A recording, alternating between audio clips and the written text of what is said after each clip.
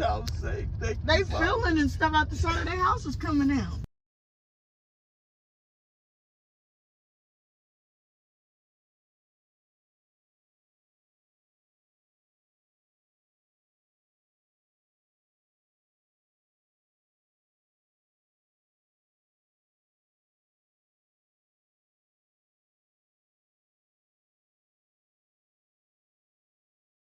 Three daughters, my son, my other two sons, my mother-in-law, and my grandmother.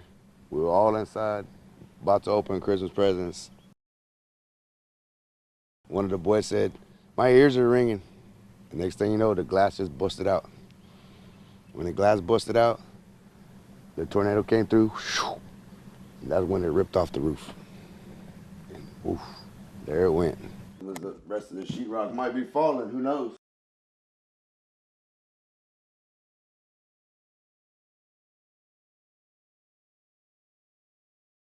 My wife, she's still frantic, but I'm just like, calm down. There's nothing we can do now. I mean, everybody's safe. Across the road is another home completely leveled and damaged. So very horrific images to be looking at in the Alvin Pearland area. This is along Mustang Road where the storms passed through. But again, just so much devastation.